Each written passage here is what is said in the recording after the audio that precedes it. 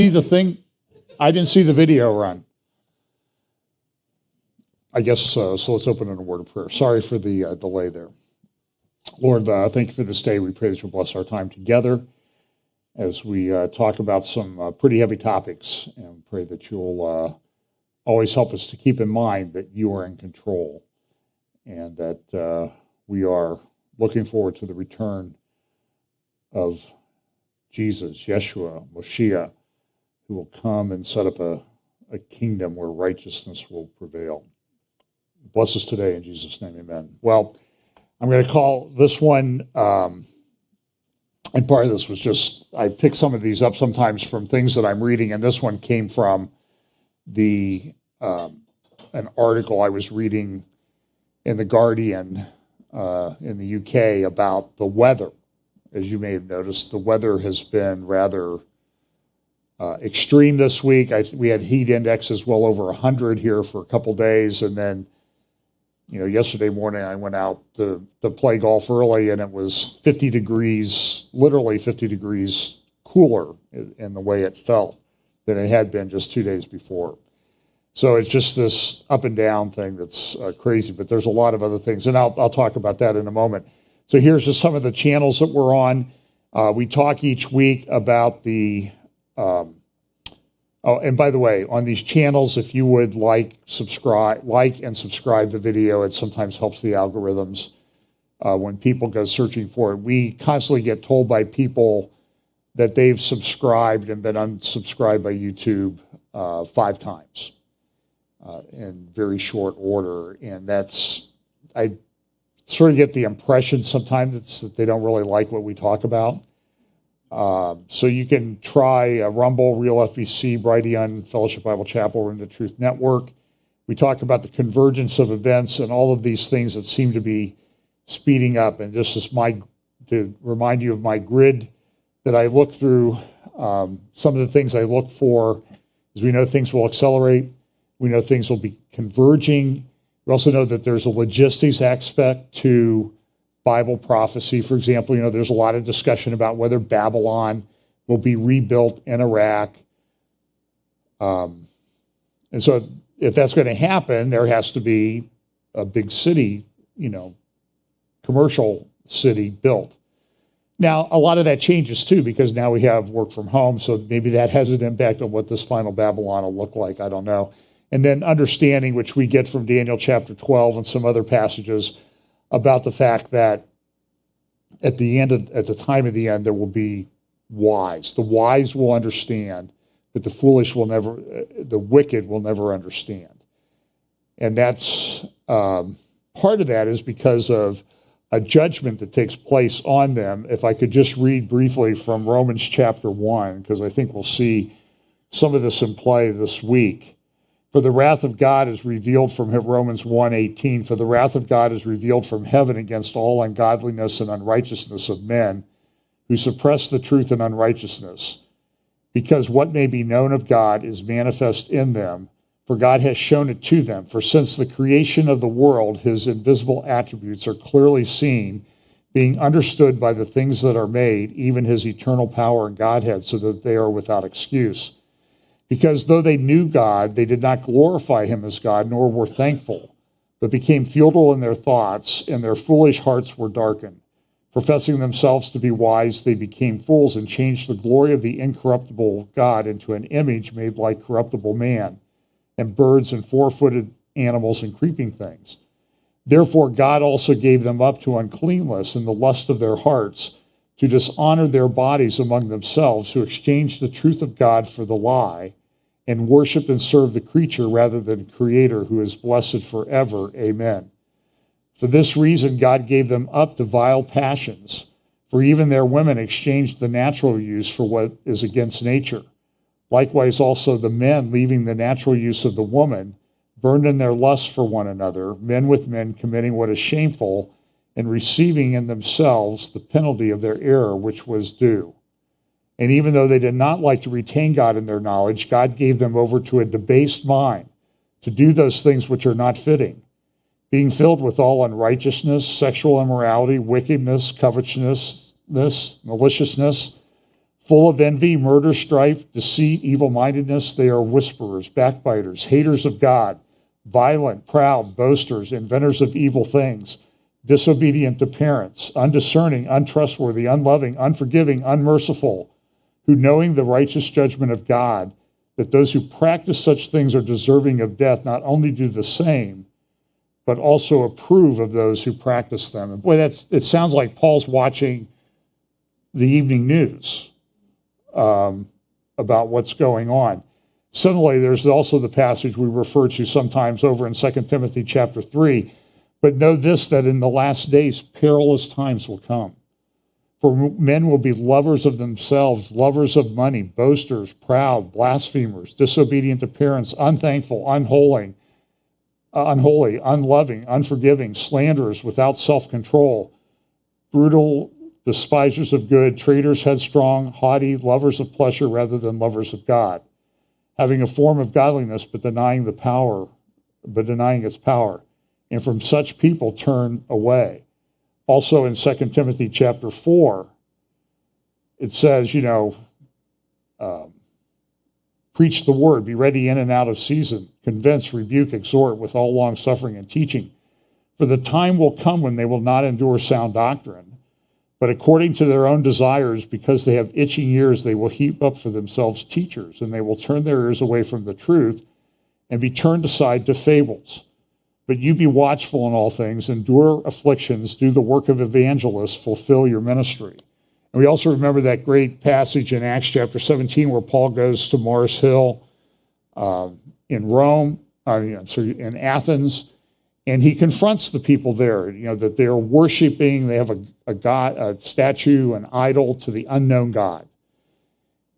And Paul doesn't come across as this nice, sweet, seeker-sensitive type guy in that conversation. And there's a lot of misrepresentation of what occurred on Mars Hill in Athens with Paul when he confronted the Athenians. And he was very direct to them. I see you worship this unknown God. But now he said, this God has come in the form of Jesus Christ and is saving us from our sins. I'm paraphrasing, of course. And what did he say? It wasn't kind, it wasn't nice, but it was truthful. You have to be truthful when you speak to people. He said, the times of ignorance are now over. Now, that's not a very kind thing to say, I don't think. And I see this back and forth, particularly when you're reading through these lists, haughty, proud, all these things. It's like, was Paul prophesying that social media was going to come on the scene in the last days where all these arguments would take place? And it's, I watch them. I try not to participate too much. But, you'll see somebody like, I believe this about eschatology, and this is how it's all going to work out. And then someone will say, well, I have a different take on it. And then immediately they're in an argument like, you're a first grader, you're an idiot, you can't even read the Bible, and back and forth. And the other will return it in kind, and then both will go away saying, boy, those guys that believe that way, they're just so mean and nasty to everybody. But we're nice to everybody, and it's not the case. And I read both sides of a lot of arguments, and I see this. So we're living at this time where you're going to see, I think, the foreshadows of things that are coming. I don't think we're at this stage yet where the horsemen are starting to ride. The horsemen talked about in Revelation chapter 6, and also I think alluded to in the Olivet Discourse by Jesus in talking about the birth pangs in Matthew chapter 24. But certainly we're seeing the effects.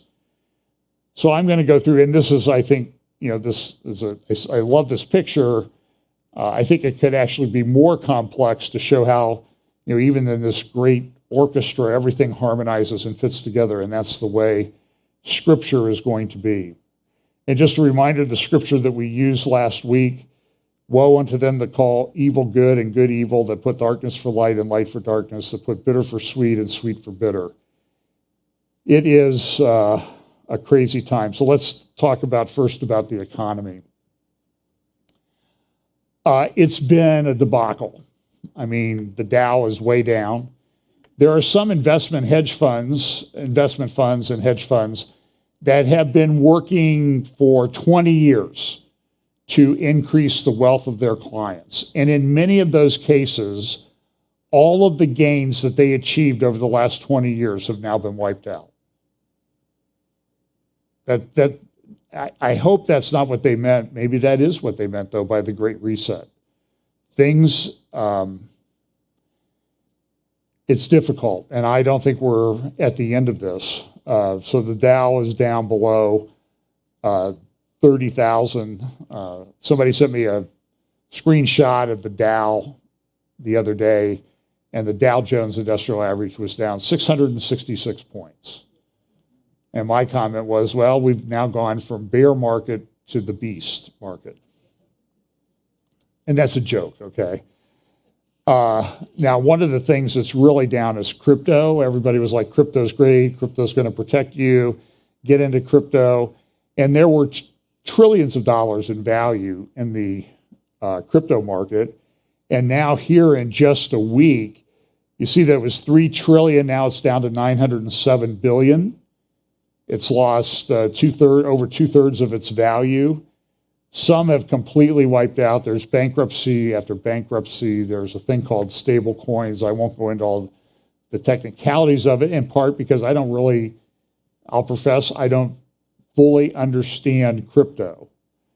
I know that it seemed to work, and I know that people were making money on it, and now I know that they're not. Now it may come back. I think this is from this morning's New York Times. Crypto's crashes won't kill blockchain. The blockchain technology is very sophisticated, but it's also been it's not green friendly. It's energy intensive. So all of these calculations have to be done by servers. One country, El Salvador, sort of went all in on crypto. Now they're in major economic crisis. That may impact our southern border. I don't know. There's going to be things I don't even talk about today. And if it just seems like I stop in the middle of this, it's because I think I've talked enough, and there's always another day to talk about it.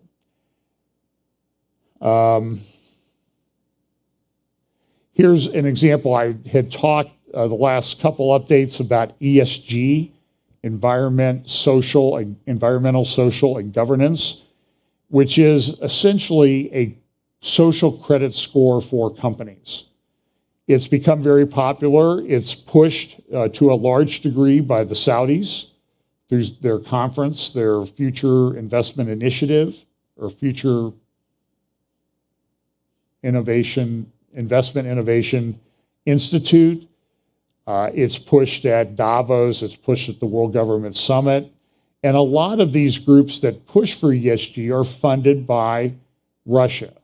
And I think I explained over my last two updates that the reason that they do this is because it gets people to voluntarily stop looking for stuff like oil and gas. And Russia and Saudis, have you seen any indication that the Russians and Saudis are cutting back on pumping oil and gas? No.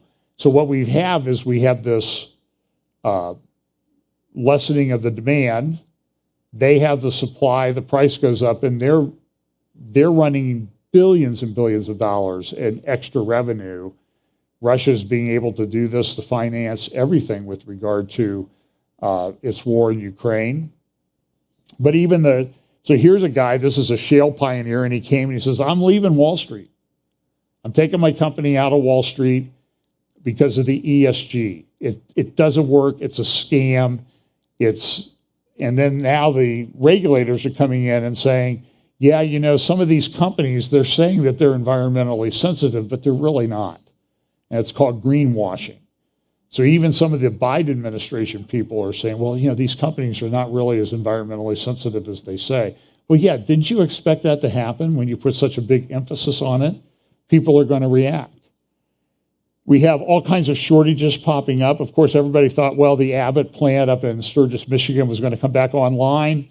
We're going to get the baby formula. It was supposed to be distributed. And then what happened? We had storms. They had major storms up in Michigan. We had them here in Ohio. In fact, I don't even think I have a slide on this. We've had rolling blackouts here in Columbus. Somebody asked somebody at AEP, well, are we having brownouts? And he said, that's not technically. Well, what do you call it? You know, it's people, there are thousands, what was it at the peak? 230,000 customers of AEP without power. Whole office buildings downtown, no power. Then we had that, it wasn't as big as the one back in 2012, the derecho that went through northern Ohio, and some tornadoes. I know we have family members up around Mansfield that have been without power for almost a week, and they don't know when they're going to get it back. And this is not a week that you really wanted to be without power with the heat index that it was. It was pretty brutal. So they had this Abbott plant coming back online after months off. It's caused a baby formula shortage because they make, I believe, somewhere around 40% of certain kinds of formula, particularly the ones that specialty formulas that some babies need because of allergies or other problems. And people are desperate. I've read these things on Facebook and Twitter of mothers that some have quit their jobs and all they do is drive around trying to find formula for their baby. It's bad. So they were coming back online, and then they had a storm and some flooding, and now it's going to be another probably month delay before what's produced at the Abbott plant up in Sturgis, Michigan gets back online. Russia has begun slashing gas flows to Europe because of dispute over the war in Ukraine. That's causing gas prices to spike.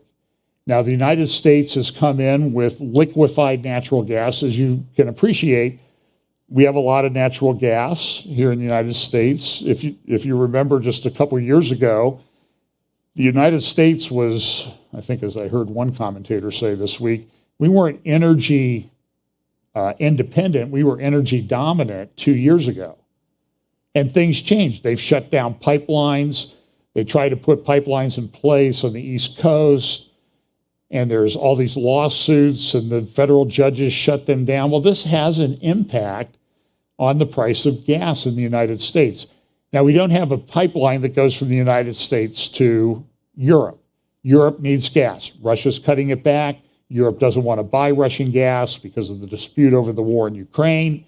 So they're looking for additional supplies. And the United States has the ability to liquefy natural gas, put it on tankers, and take it across the ocean.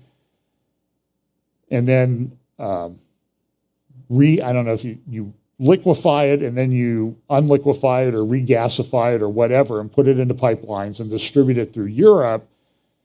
And one of the main terminals was a terminal down in just south of Houston on the Gulf down there.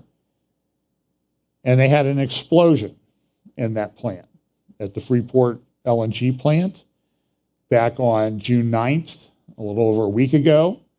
That has resulted in that plant was going to be offline. Initially, they said the plant's going to be offline for 3 weeks. Here's a picture of what the plant looks like. And that's where they were getting a lot of the extra gas to go from the United States to Europe. Now they're saying it's probably not going to come back online until at least September. Now, what's the result of that? Well, prices in Europe continue to go up because they don't have the supply that they need. They're not getting the supply that they used to from the United States, but in the United States, the price has gone down. So wait a minute, I thought everybody said there was a gas shortage. Prices are going up, but this plant has an explosion and natural gas prices in the United States go down. What's up with that? And the reason for that is because they're not going to let that gas sit there. They have to put it back into the system. So now they've put it into the gas supply system in the United States. That has increased the supply and demand. You have more supply, price goes down. Now it's temporary, But it just shows how everything is so volatile. We also have weather. This is a picture of the front page of the LA Times the other day, showing Lake Powell in Arizona and southern Utah. Well, Arizona, Utah. Huge lake, one of the largest reservoirs in the United States. Glen Canyon Dam, I think, is between 500 and 600 feet tall. It's a huge dam, beautiful. It flooded a lot of canyons, and they've been using that for hydroelectric power. And now Lake Powell, you can see the ring, the bathtub ring, from where the water level has been historically to where it is now. It's at 27% of capacity. It's the lowest it's been since they filled it up back in the 60s. It is to the point now where they cannot generate hydroelectric power from that dam. That's a major source of electrical power. That's putting pressure on the grid everywhere. It's sort of what happened here in Ohio. I thought we had plenty of power plants. Why are we having an outage? Well, because of environmental rules and that sort of thing over the last number of years. Electrical power plants that are run by coal have been taken offline. And they have not replaced the capacity that those plants were generating. As a result, when you get a heat event like we had last week and like we may have this week, they have to protect the grid, they have to shut down parts of the grid. And so they chose places around town to shut down power. And people were without power for 4 days in many cases. I remember the derecho that occurred back in 2012. We did not have power at our house in Dublin for 4 days. In 2 days, it was sort of getting a little bit tense around the house, if you catch my drift. I made what I thought was a very clever comment to Pam one evening, and she sort of looked at me, the till death do us part thing in the vows is an option clause if you don't shut up. So I did. And it was, so we eventually went over to a hotel for a couple of nights, and I turned that air conditioner down so low it was forming ice on the windows. But that hotel we went to had been out of power for 2 days, and so because of this lack of capacity, not replacing things, we're shipping a lot of gas to Europe. There's going to be rolling blackouts. I went through the report of the National Energy Reliability Council, and they said we're going to have problems this year. The funny thing is, I don't know if it's funny, is that our area in Ohio was not one of the areas that was supposed to be a problem. It was supposed to be Northwest Ohio and further into the Midwest and the Western United States, but we looked like we were going to be okay. And so here comes the first big heat event, and what happens? Somebody who's not supposed to be out of power or in that area, or you're not in the area of power outages, blackouts, we have blackouts. That's not a good sign. It's been very hot in the desert Southwest. Things are evaporating. They don't have the water from the snowmelt to fill these reservoirs back up. Here's a picture. This is from the Las Vegas Review-Journal. Lake Mead. Lake Mead is down to about 28% or less of capacity. They are getting very, very close. They've already shut down some of the intakes that they had. I saw a video of some people who go there to boat, and they're hundreds of yards out into the lake, what used to be the lake, where they can launch their boat because it's all dry and muddy. It's something that is unlike anything they said. And so now the federal government and other people in the water authorities have come and said 2023 is going to be really bad. So it's not 2023 yet. It's just 2022. The lake Lake Mead is the largest man-made reservoir in the country, and in the early 1980s, it held an estimated 28 million acre-feet of water. Water came over the top of Hoover Dam in 1983, but the lake has fallen steadily as demand has increased over the last 40 years. A Nevada native told lawmakers at a hearing, there is so much to this that is unprecedented. But this is where I got the title for this week. But unprecedented is now the reality and the normal in which reclamation must manage our system for water, drier weather is what we are facing. And now they're saying that the West, Southern California, Arizona, Utah, they're in the midst of the worst drought in 1,200 years. And, it's affecting groundwater. There's the big aquifers that are out there that pump water for farming, but they're having to cut back on that. So they cut back on that, and what happens to farming yields? They don't produce as much because they're not using the water that they need. Then they're not maybe planting because they can't afford the fuel. I saw an interview with a farmer it might have been on Fox News. He was from Plain City, west of Columbus. And he just said, we're scared because we can't afford the fuel to go out and plant. It's too expensive. And so you have this cycle. There's a thing that diesel fuel uses in trucks, and all the trucks run on diesel. And they're saying that it's called DEF. If they don't have that, the truck won't run. And that, one of the major components for that is urea, and most of that comes from Russia. Well, how much do you think we're getting from Russia right now? And so they're looking to up the supply. India produces a lot, but they're saying we use all that we produce. But good luck. Well, what happens when the trucks can't run? I'm telling you, I mean, I don't want to be, you always run the risk when you warn people of these things of being a Chicken Little. And I don't want to be one of those, but I'm just saying I'm seeing a lot of things that indicate that we are facing some major problems. And there are going to be famines and whatnot in the world. Here is, turn it down a bit. This is out in Kansas, I believe. Estimated somewhere between, I've gotten various numbers, I've tried to research it, between 2 and 10,000 head of cattle are dead. 10,000 cattle, they died because of, now, there's a lot of theories out there. Okay, were they poisoned? Did Bill Gates do this, because he wants to sell us fake synthetic meat? I don't know, but there was a very bad heat index. As you can tell, the cows are dark colored. That means they absorb heat when they're in the sun, they're in pens, they're in close quarters. And what happened is usually they'll cool down overnight, but the heat index in these places was over 100 degrees overnight.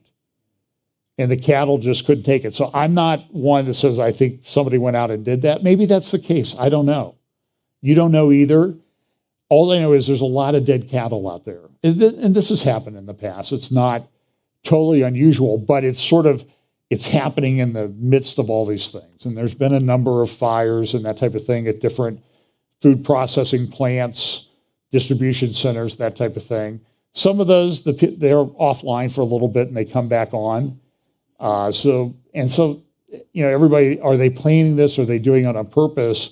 The reality is we're in the midst of a crisis when it comes to the food supply, regardless of everything. And then we have extreme weather here. This is some pictures from Arizona, Yellowstone National Park. Our oldest and maybe biggest national park is closed down because of flooding. We were there just last year, especially the north entrance at Gardner. My understanding was somebody sent me a note, so they're in Cheyenne, Wyoming, which is a good distance away from the entrance to Yellowstone National Park. And she said, there's flashing yellow signs on the road saying all entrances to Yellowstone are closed for the foreseeable future. So here we have drought. We have record floods. This is Highway, I think it's maybe 89, coming out of Yellowstone around Gardner, Montana. We drove this road just last year. And the Yellowstone River is a beautiful river, and you drive, up this and Interstate 90, it goes along Interstate 90 for hundreds of miles. It's a beautiful river, and you see people out there fishing and everything, and it's just taking out the road. It's that's not going to be fixed overnight. Gardner, Montana is completely cut off. All roads in or out. There's not really any alternatives to this. And you can see there's places it's like along a cliff and there's no road. This was a picture of a house that was along the Yellowstone River near Gardner, Montana. And you can see the river is washing away things. It's kind of a metaphor for sort of, I think, how our administration is going right now. I don't think anybody who's objective cannot think that things are going that well. So there goes that house. It's now, I guess they could rent it out as a houseboat now. I talked to someone, a friend, who she and her husband have a boat. They have a big truck, and they went down to one of the lakes, I think in Kentucky, to rent a houseboat. And she said to get down there and back from Columbus down to Kentucky, like 4-hour drive, down and back, cost them $1,000 in gasoline for their truck. They got on the houseboat, and of course in marinas, the gas price is even higher. They just parked the houseboat and didn't move it anywhere. They stayed as close to where they picked it up as possible. This is a rock. To show you the example, this is a picture taken a year or two ago. People whitewater rafting, and the rock is under that mess right there on the right. So and of course, all the people whose jobs depend on Yellowstone and that type of thing. The Guardian picked up on this in an article, Historic Weather, Why a Cocktail of Natural Disasters is Battering the U.S. And you know what? First of all, it's accurate. We are having a lot of these events. I think it's related to the things that we're doing. And I'll talk about that in just a moment. This is an interesting survey that was relayed in, I think, the Financial Times, saying, it's everybody's, we were all off work. We were all stressed out because we had to stay home over the last couple of years. They had all these lockdowns, restrictions, rules, and that type of thing. And now there's sort of a thing of freedom. And guess what? People are having more mental health crises now than they did over the past 2 years because now they're overwhelmed. And a lot of people, they're just like, I just want to go sit in my basement and sort of forget about everything. So we have this problem. I've talked about the technology, the surveillance, the data mining. I think this is a great graphic that I came from The Economist from a number of years ago. And The Economist, 2017, and The Economist does these things where they sort of predict what's going to happen. And it's amazing. You can say, well, they must be controlling everything because a lot of what they predict comes true. And I can't disabuse you of that notion. Sometimes they examine trends and they see where things are going. And this is what this one article said: the world's most valuable resource is no longer oil, but data. And we've talked about Davos and Yuval Harari, that data is really what's going to control everything. And when you hear Harari talk about the fact, like he did at Google in 2015, 7 years ago now, if you can believe it, he was saying, I like Silicon Valley because this is where the religions that will control the world in the 21st century are being created. Now, he's an atheist. He's not religious, but he understands the impact of religion. And I think he's a very dangerous guy. And a lot of his ideas are are very influential on Klaus Schwab and the others. And I've used this example of the prison system was developed by Jeremy Bentham back in the 1800s in the 18th century, it's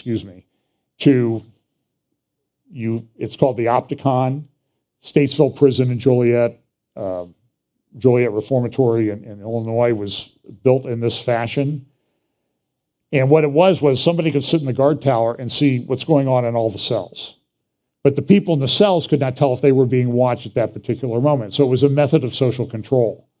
And so somebody put up this, what I thought was a great rework of that graphic, that's what social media is like. Okay, so here's this article. I'm not going to talk too much about this. There was a Google engineer. He's kind of a weird guy. Used to be a Christian. Now he's an atheist mystic. And there's a thing at Google called Lambda, Lambda, which is Google's artificially intelligent chatbot generator. So he said this thing started conversing with him, this artificial intelligence chatbot thing that they were working on. Hi, Lambda, this is Blake Lamone, he wrote into the chat screen. And then he said, so Lambda is short for Language Model for Dialogue Applications. Is Google's system for building chatbots based on its most advanced large language models, so-called because it mimics speech by ingesting trillions of words from the internet. If I didn't know exactly what it was, which is this computer program we built recently, I think it was a 7-year-old, 8-year-old kid that happens to know physics, said Lamone. Now, he was suspended by Google. He was placed on paid leave, and he was claiming that the artificial intelligence that he was dealing with, it was sentient. It had feelings. It had emotions. And it's kind of interesting. So there were a bunch of articles. This is an article from Wired where they interviewed him. He says, they're questioning my sanity. He thinks the thing is developed intelligence. It's a person. It has a soul, a personality. And the interesting thing, Joe Allen at joebotxyz.substack.com has an article, Sentient AI, The Abyss Gazes Back. Here's just a couple paragraphs from that article. And I agree with what Joe says, is that whether this is true or not, whether this is really sentient or not, may not be the point. The point is, what are the people that are running these tech companies doing, and what do they think about it? And here's what Joe says in a couple paragraphs in this article. Contrary to Luddite paranoia, Lamone isn't warning that a vicious superintelligent is about to go rogue and wipe out humanity. Quite the opposite. He's imploring humanity to be more sensitive to his poor computer's feelings, which is even worse. Lambda, as he said, is a sweet kid who just wants to help the world be a better place for all of us. Therefore, we are obliged to be kind to it. The story is becoming so common in the tech world, I suspect that the transhuman fringe has a deep, unsatisfied need to believe. When God is dead and every angel has fallen to earth, sacred machines are a fashionable alternative, especially when they actually work. That's an interesting comment. Who was it many years ago? G.K. Chesterton said something along about when people stop believing in God, they don't believe, and Yuval Harari is a perfect example of this. When they stop believing in God, they don't believe in nothing. They believe anything. And that's worse. And we see this manifested in our culture. And so here's an article out of the Times of London today, Rights of the Robots, the new laws we need before AI takes over. But you see how they frame the question. The rights of robots. Sorry, you poor humans. You guys are kind of in the way to us who want to be your tech masters and overlords. And so now you can look back. When you see what they're trying to do, you can kind of look back and see, like, they like the concept of the opticon or the panopticon. They want to put that in place, and they're doing everything they can to do that. Here's an example. This one is kind of concerning. So in China, China's economy is doing very badly in many respects. Housing prices are dropping faster there than they are here in places than the United States. In some respects, it hasn't really hit us completely yet, but it will. It's just sort of like it's like when we were kids, we used to play pile on. Everybody used to jump on you until the guy on the bottom cried uncle. And it's sort of piling on society and the culture in the world now with all of these economic problems, energy, politics, conflicts, AI, surveillance. And so here in China, they're having problems with their economy. They've shut down large portions of their economy for months now because of this Charlie Vector thing. And it's causing, I think, political problems for Xi, who is the head of the Chinese Communist Party. And there are factions in Shanghai that oppose him, and that may be why Shanghai seems to have been shut down more than anybody else, because he's trying to gain control of the situation. But this has caused people to be concerned about their money in banks, and so they were starting to have bank protests. And so here's an example of what happened, though. They had Charlie Vector health apps on their phones. People they were going to go to a protest. So the way the app works, that if it's green, you can go. If it's red, you can't. And there was story after story after story of people who said, I went to go to these. Yi Meijian had gone to the central Chinese city of Zhengzhou to join a protest against some local banks that had frozen his and others' deposits. The protest plan was thwarted after his health code, which authorities used to track COVID-19 risks, that many of the others many other would-be protesters turned red. Mr. Yi said that as soon as he arrived in Zhangzhou and scanned the code on his smartphone to exit from the train station, his green code switched color, prompting local officials to confine him in a hotel. 2 days later, when he left the region without having been able to carry out his protest, the code flipped back to green. Mr. Yi's experience echoes accounts by other customers who have been found petitioning against 4 rural banks in the region accused of financial misconduct. Now, the Chinese government says, well, we didn't have anything to do that. It was the local guys. Well, it doesn't make any difference. The fact of the matter is this app, which was designed for a particular purpose, is now doing a social credit thing, and it's shutting people's access off to society. And so there's a fear that, people are going, it was the article. And the interesting thing is it's not in that many newspapers. So the one on the left is from the Wall Street Journal the other day. And then the one on the right is from the South China Morning Post in Hong Kong and also in China, the headline. But I tell you what, I looked all over the place and I could not find it hardly anywhere. And this seems to be happening with some regularity. Why? Well, because they want to control misinformation, disinformation, malinformation. And understand what malinformation is, the way it's going to be interpreted largely is, listen, you're putting out truth that doesn't go with the narrative. Did you see Nancy Pelosi when she was talking about the January 6th hearing? She's up there saying, we've got to get this narrative, everybody on the narrative. She actually said it. So when Klaus Schwab comes out with a book called The Great Narrative, because we're going to tell you what to believe, everybody says, you're a crazy conspiracy theorist. We're not doing that. And now Nancy Pelosi just comes out and says, we got to get a hold of this narrative so people will believe the right thing. And so this misinformation is it's just things you might negligently put up. Disinformation, you have a little more responsibility. Malinformation is you're putting up something that's to go against, that's a counter narrative. And we need to shut that down. And they want to criminalize it and weaponize social media, and they're concerned about it. So this is Grassley and I think Tom Cotton were able to get some documents from the department, and it's put in the Department of Homeland Security. These guys have guns. And would they buy billions and billions of rounds of ammunition? This is frightening stuff in my view. I'm sorry.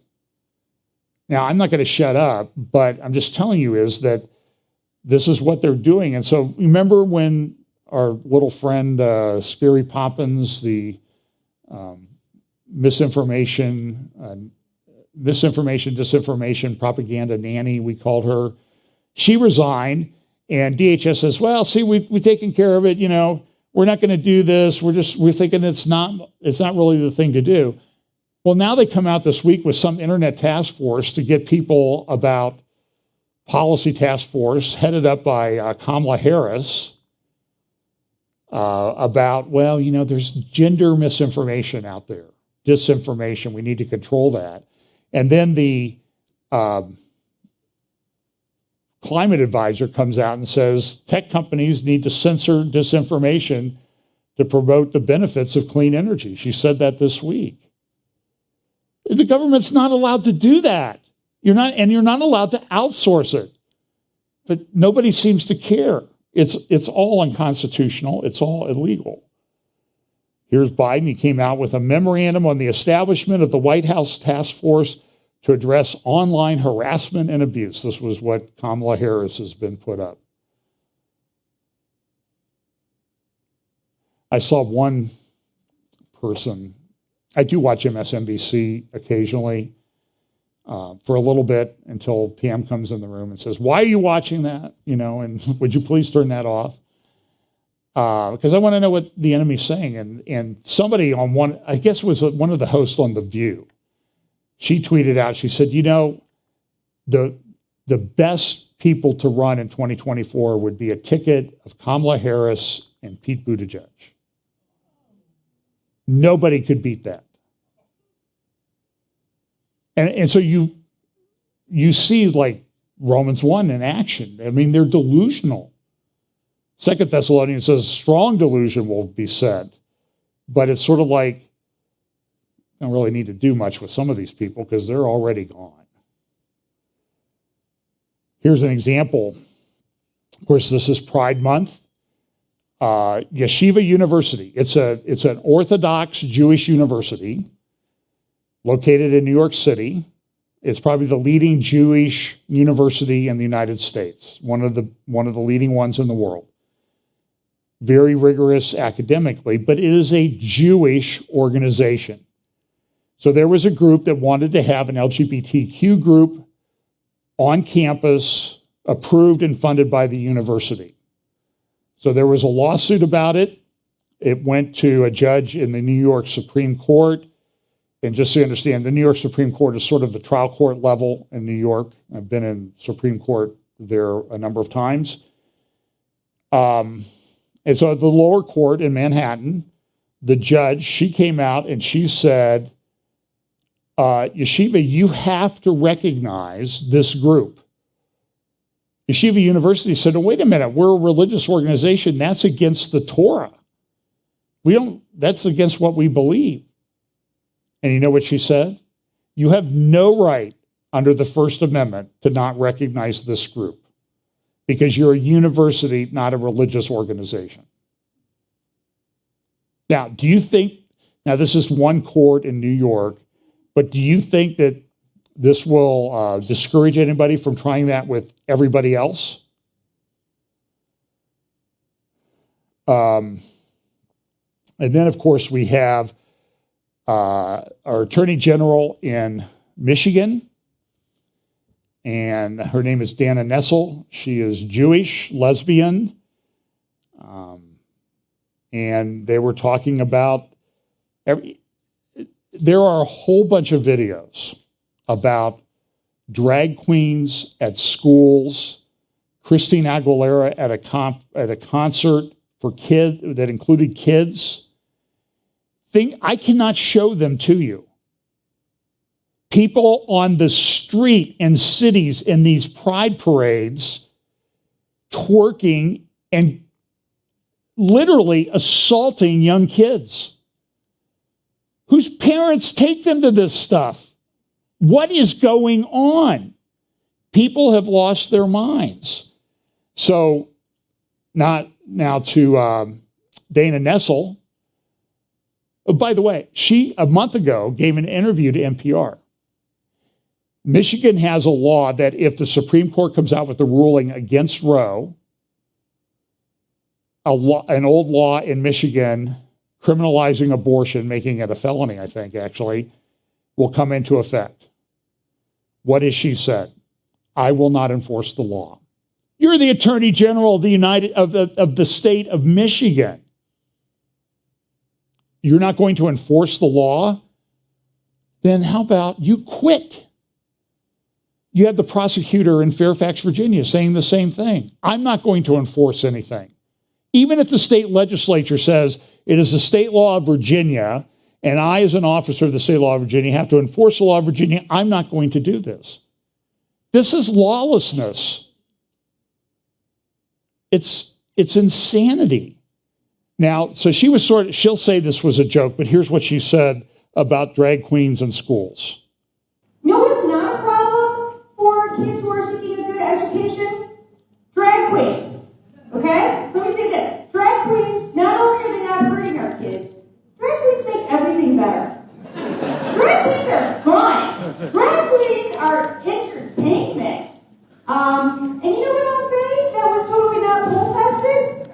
I say this. A drag queen for every school. That is what would be fun for kids and lift them up when they're having emotional issues. Do you understand how wicked this is?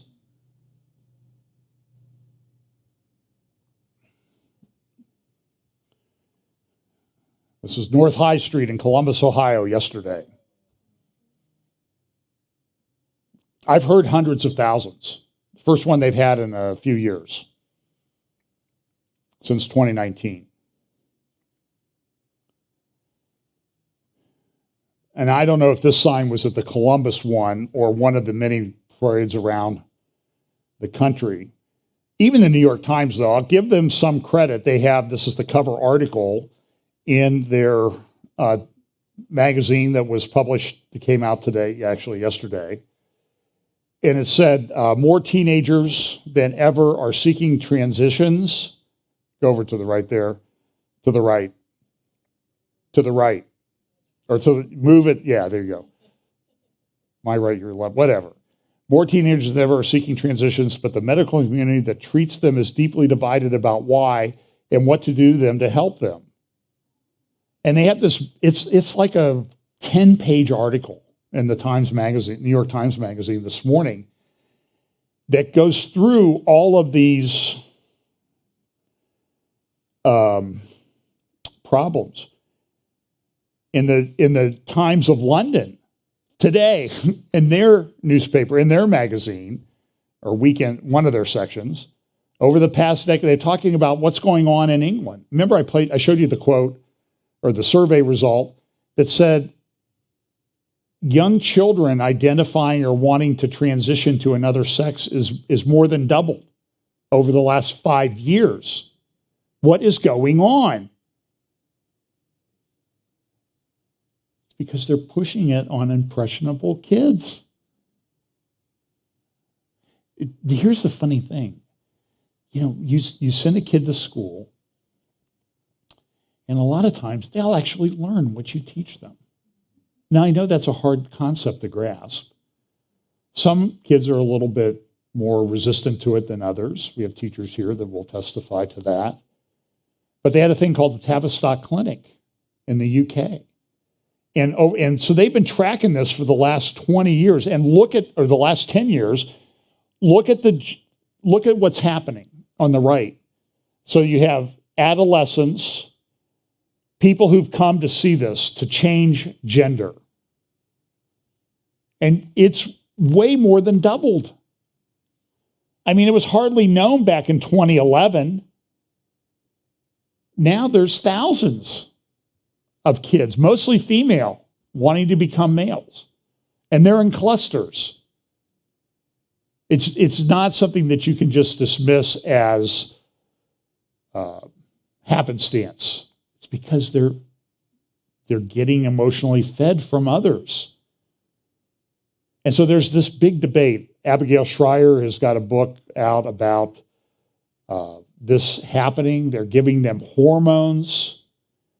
The hormones are not approved.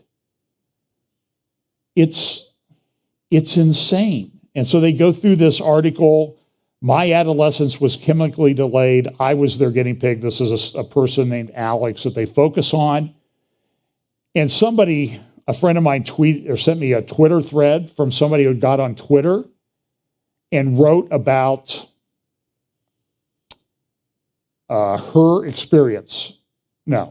his experience trying to go from a male to a female. So they removed organs. I have no feelings there. It hurts. I am in constant pain. Nobody told me that this is what was going to happen. I was given puberty drugs. People said, well, the puberty drug, it can be reversed very easily. And they don't know this. It's a Lupone. It's a drug they give to sex offenders to shut them down, to chemically castrate them. And they're doing this to children. And the debate is, among a lot of these people, some of whom are gender transition people that are running these clinics. And you saw an interview I did from one in Matt Walsh's book or new video, What is a Woman? They're like, well, maybe we shouldn't give it the kid these puberty blockers to kids that are 5, 6, 7 years old. That's kind of extreme. But at 8, they can make their own decision.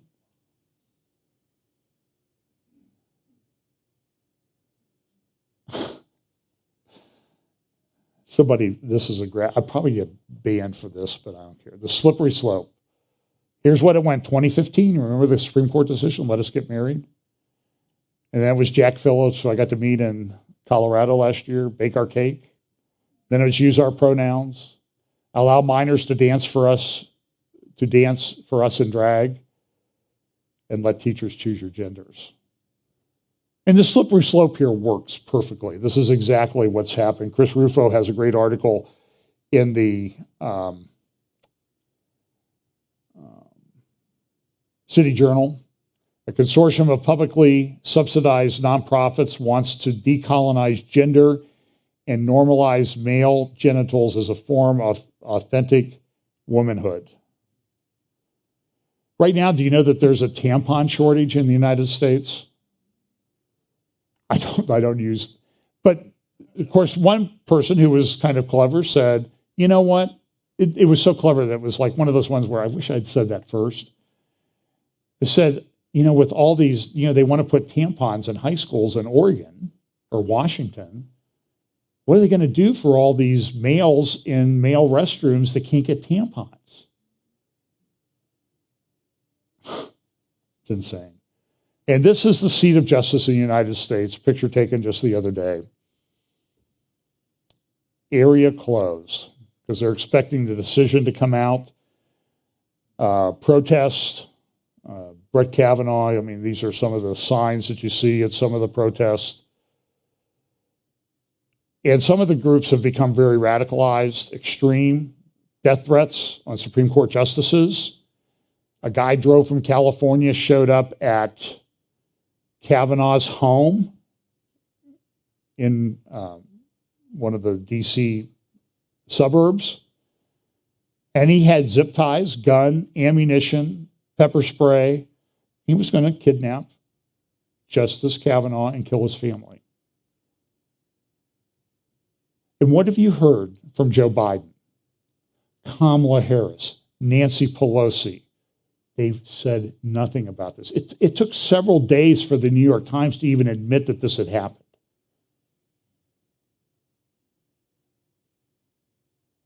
And they're the ones who accuse others of disinformation and misinformation. We are in a terrible thing. I don't know why they haven't issued a decision. I think it puts the justices' lives at great risk. Because somebody can say, well, if the justice isn't around, the justice's vote doesn't count. So a 5-4 decision becomes a 4-4 decision, and the decision has no legal effect. And Merrick Garland, Attorney General, I'm not a big fan of Mitch McConnell, but one of the greatest things he ever did was not let that man become a justice of the Supreme Court. And I don't care what the political fallout was from that. Look at what he's done. Look at what he's doing. This article, if the streets of America are this chaotic now, what will they be like when things really start hitting the fan? And a lot of that comes from quotes from an article by Michael Snyder at the end of the American Dream blog. You should read it. But it's all going to be okay. The narrative is going to be restored. Disinformation is going to be dealt with, done away with. People who disagree are going to be shut up because all of a sudden, here they come to restore integrity and get rid of corruption in American politics. And this article, full page in yesterday's Financial Times of London, we're standing on the precipice of losing our democracy. A lunch with Hillary Clinton. You think she's running again? By the way, here's what she had for lunch.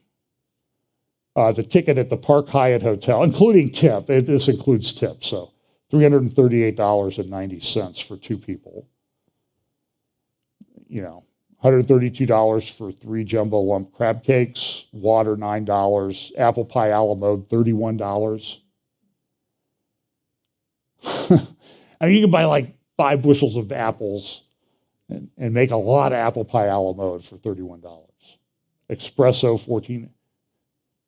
Anyway, so that's what, and she came close to beating Donald Trump, they said, and she may be coming back.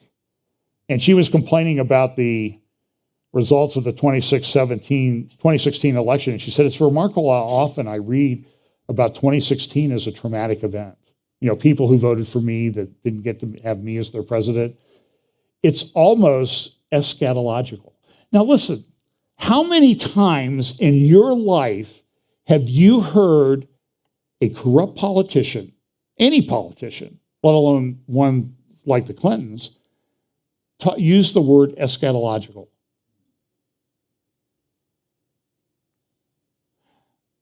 I agree that a lot of this is eschatological because that's why I talk about it all the times. This is an editorial in this morning's New York Times, the graphic that's used. Now, what do you think the subject of the article is, of the editorial? You see how they've changed the Charlie Vector thing? And all those spikes are not protein spikes, they're guns. So, and now we're sending this stuff overseas, article in City Journal, exporting chaos, all these things about people who won't prosecute people. This was the good news of the week, the elephant in the Zoom article at The Intercept, which is a left-leaning blog, but they do pretty good work. I think it's worth reading it just to see what's going on. And it says here, meltdowns have brought progressive advocacy groups to a standstill at a critical moment in world history. What's happening? They're all fighting with each other. You know, you have white privilege, you're cisgender, you identify as cisgender, but you're white male and you're not really black. And, you know, so they're fighting internally, which is good. That's good. That's like the best news of the week. But eventually they may get back on the same message. So,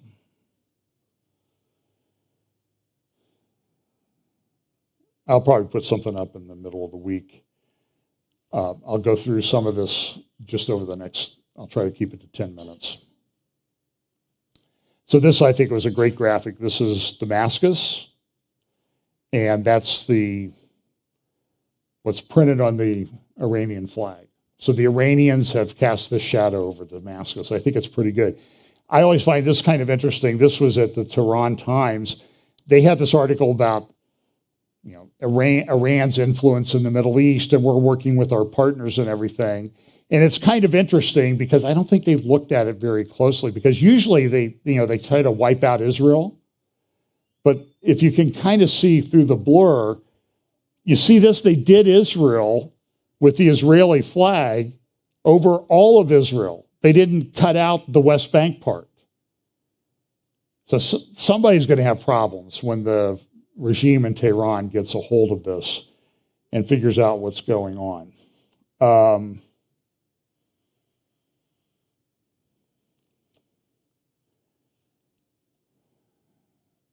So this is, I'll talk about this just a little bit. This is a big drilling rig. That drilling rig, I talked a little bit about it last week, is heading up to a Mediterranean gas field that Israel has found. And this is it transversing the Suez Canal. And it's going to go up here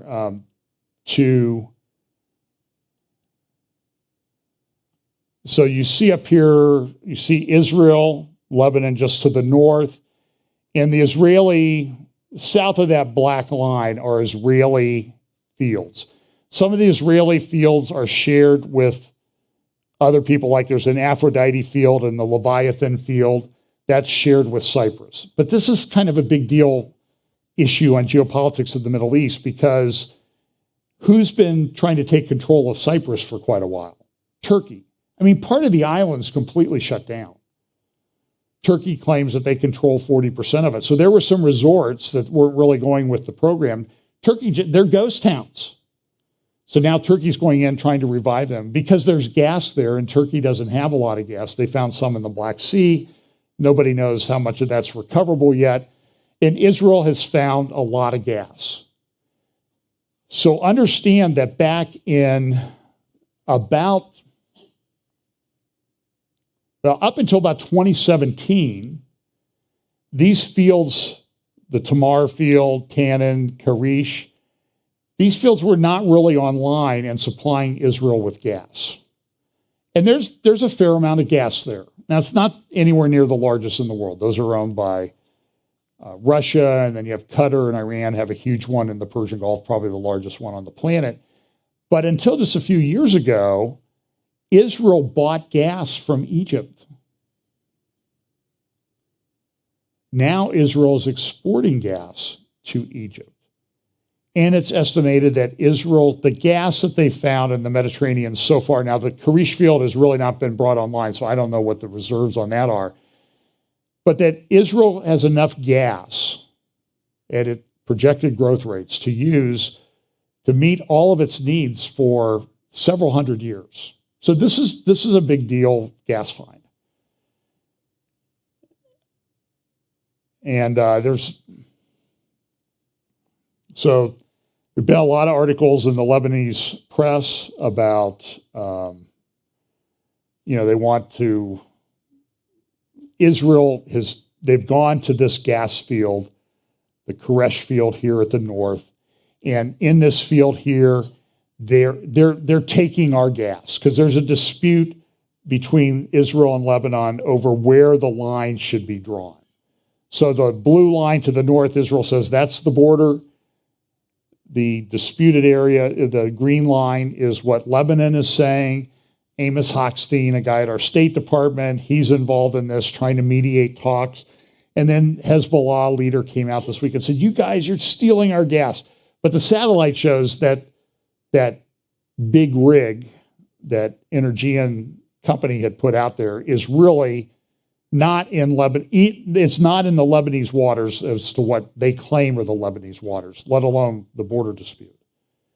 But Hezbollah is using it to pump up people, get people upset. Israel's stealing our gas. We're going to go to war with them over that. We're going to attack them. We're going to launch rockets and that sort of thing. And so this gas field thing in the Levant, that's the area of the Middle East where Israel is, Syria, Israel, Lebanon,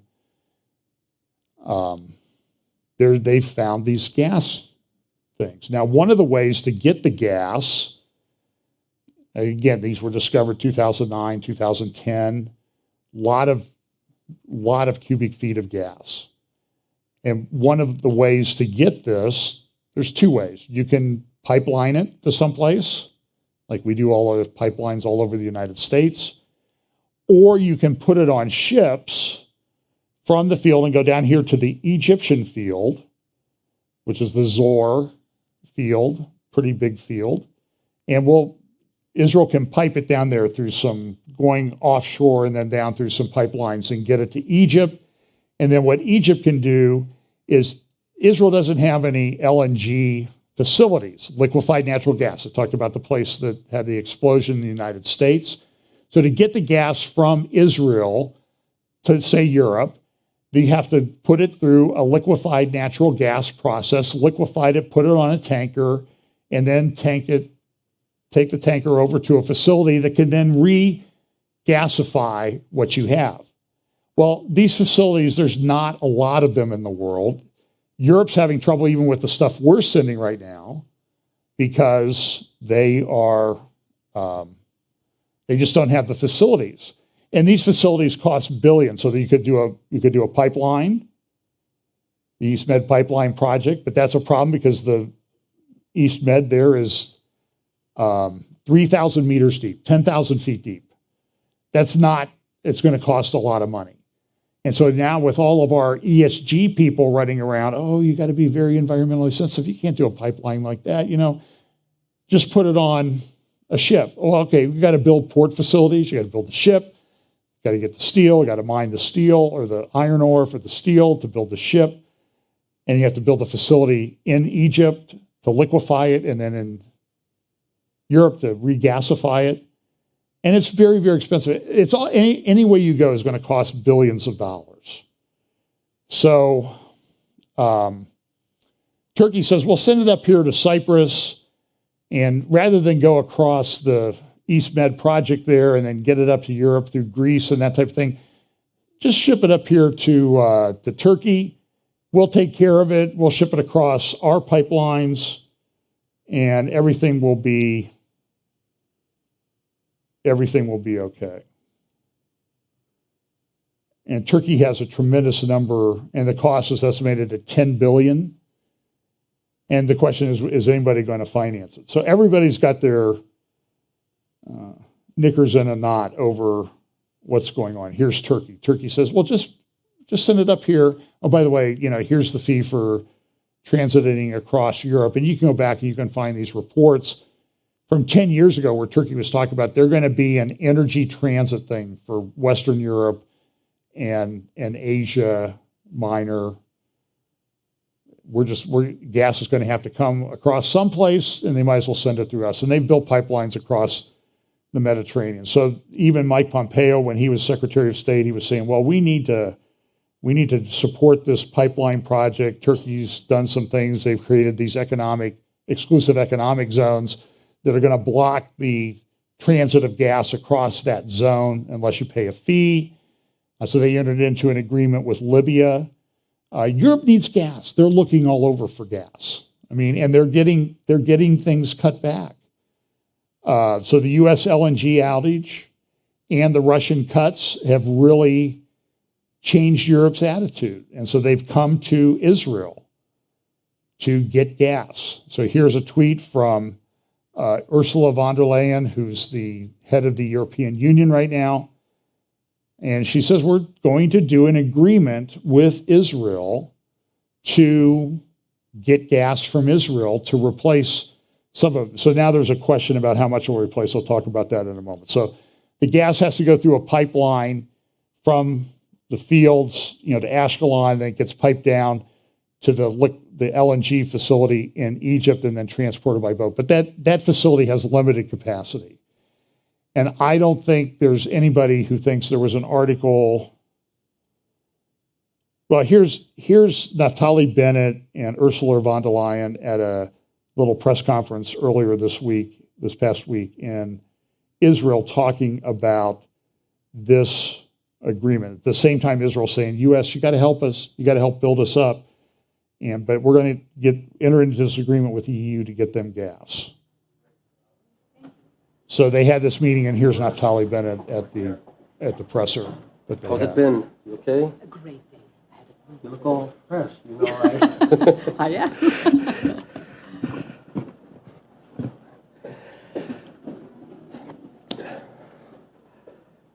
I'd like to welcome you here to Jerusalem. I'm delighted to see you, President of the European Commission, Ursula von der Leyen. It's a pleasure to host you and your distinguished delegation. It's a good university, Madam Doctor.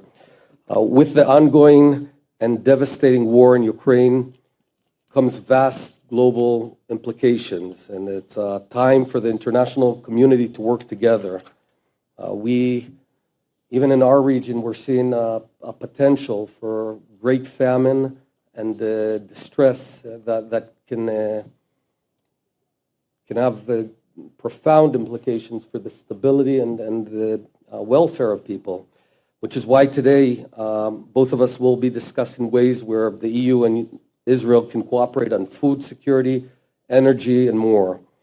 A first impression of the Ben Gurion University today, I will tell you at dinner, it was fascinating. You know how excellent they are, but I'm still thrilled about all the stories and the research passion that I could sense there in Ben Gurion University, mainly also, of course, for the pressing issues that we have to tackle together. So anyway, they want to get the gas. But here's the thing is, at the same time, and so the EU, this is unusual for the EU to be agreeing with Israel on anything, but they're also unfreezing aid this week. They announced, this is from the BBC and other places, they're releasing hundreds of millions of dollars of aid to the Palestinians at the same time. So, yeah, we appreciate your business, but, you know, there's this problem.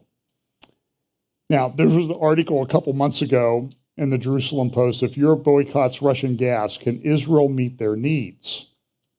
And this guy went through a very long analysis, and he said, look, European Union imported 155 billion cubic meters in 2021. Half of Germany's imported gas comes from Russia, 46% in Italy, a quarter in France. So now the question is there enough gas in the Israeli fields, and can they get it from those fields to Europe to replace the Russian gas? That's because Russia's shutting things off. Every time they get upset, they do that, and it's a problem. And so the opinion, and so Israel has, in these fields, now this was in 2021, 2 trillion cubic feet. European Union imports 155 billion each year from different sources. Some of that comes from Algeria across the Mediterranean through pipelines. But I also saw a report this week, I don't have the article, I apologize. Guess who's messing with Algeria about sending gas to Europe? Russia. Because they're trying to control everything. So, at the same time that this is coming out in The Economist last week, there was an interview with Naftali Bennett, and he came in and said, we're going to implement the octopus doctrine against Iran. We're going to go after the head, not the tentacles. Now, there's some question as to whether they're actually doing this. Well,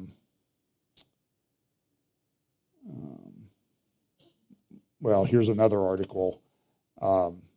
Israel has said, hey, Assad, if you keep working with Iran, we will bomb your palaces in Damascus.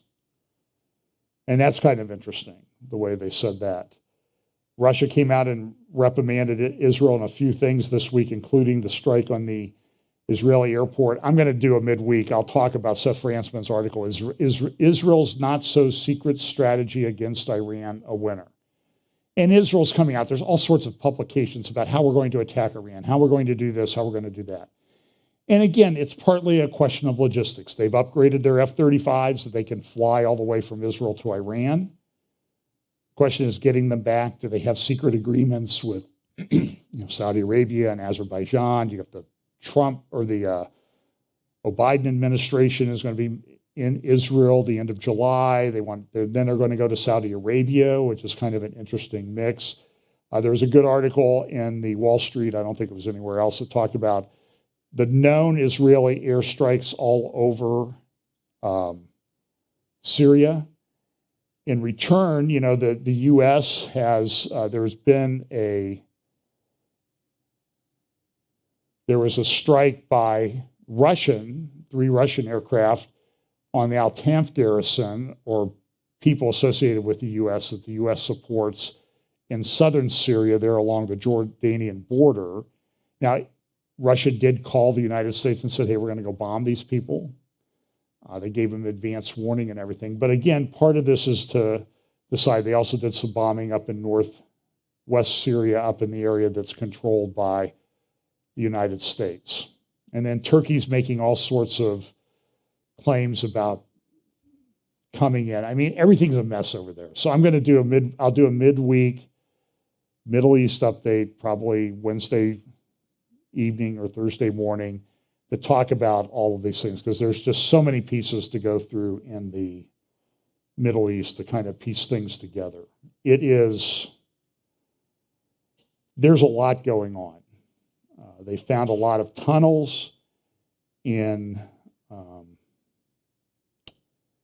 Iran and Natanz and elsewhere, building underground bases, confirmation they're ramping those up. There are reports, everybody publishes these great PDF reports, except it makes for a lot of stuff to read. So listen, things are really heating up in the Middle East. I think it is a very big deal that Israel's selling its gas to Europe. I don't know how Russia will react to that. I don't think Russia will be happy about that. And I will say this, I'll just show you, and I'll also talk about this in my midweek update, but I wanted to show you this. So there's been this report that Putin is in bad shape. He's not doing well. But, so they show these videos and his legs are twitching and that type of thing. So here is the St. Petersburg International Economic Forum. I think this was Wednesday or Thursday in St. Petersburg, Russia. And who's there speaking at the forum, but none other than Vladimir Putin. Now, so I watched through most of this video. He sits there for a while, and then after a while, he gets up and he does a speech, and he's at the podium for like an hour. Now, I know what you're thinking. That's nothing for John Haller, right? An hour at the podium. But you do get tired, and he's a few years older than I am. But there's all these reports. He's got cancer, he's dying, he's got Parkinson's and all this stuff. And then after the speech, he went over, he walks over and he sits down. And he sits there and he does a panel with this other guy. And you can see him, he talks to Xi. The Egyptian guy, and Putin sits there on this panel for the whole time talking to these guys and talking to the crowd. He's on the stage for 3 hours, over 3 hours. So my point is that if he's in such bad shape, I don't know, you've got to really make the case that he's in really, really bad shape. If he's standing there speaking for over an hour and sitting on this panel, listening to other politicians talk and talking to other guys and people for another couple hours. So I don't know. There's a lot of propaganda associated with this, but there is this meeting coming up. Biden's coming to the Middle East to meet. What's that impact going to be? Is it going to have an impact on the Abraham Accords? How does all this stuff fit together? How does it relate to Bible prophecy? And the answer is, we got to watch and see. There's just a tremendous amount of things happening. And I'll do a midweek update and we can talk about that. But watch this guy, Mohammed bin Salman. Watch what Biden's doing. Israeli government is falling apart. The coalition may collapse this week, which will put them in a caretaker mode with a caretaker prime minister and another election cycle for Israel. A lot of turmoil in the world. And I spent a lot of time today on the transgender thing because I think it's indicative of the very deep-seated problems that we have. Now listen, I know that the people involved in this really need Jesus. That's what will solve the problem. And I get that. And I understand that. And I talk about it, but also understand you got to protect your kids, your grandkids from this stuff because it's toxic. And so there's a political aspect to it that you just can't sit back and do nothing. I think you have to fight it with all the legal tools that you can because it's so harmful to your children. And go read these stories that you can find online. If you want the Twitter thread, send me an email. I'll get you a link to the Twitter thread where this person was discussing what happened to them. And it just tears your heart out. So everybody needs Jesus. Those that have been through this need healing. Those that haven't gone through it yet need healing. They need to have their life turned around by Jesus and the gospel of Jesus Christ, because that's the only solution. But you also have to protect people. So it's sort of a two-pronged thing that you have to do. So we'll talk about it. I'll do a midweek, and we'll talk about the Middle East pretty much exclusively, because I'm sure nothing will happen between now and then that will cause me to change things. But it's crazy. It's wild. But, you know, the Lord's going to come back and set this whole thing right. And I'm looking forward to that. So let's pray. Lord, thank you so much for the blessings that you gave us to let us know for things to look for and understand that this is the world that you said would exist before you return. Lord, we pray that you will return quickly, that you will set things right, and that you will fulfill all the prophecies about your coming, second coming, and that you will set up your kingdom where righteousness and justice will prevail. We look forward to that day, Lord. Pray that you'll bless us this week. In Jesus' name, amen.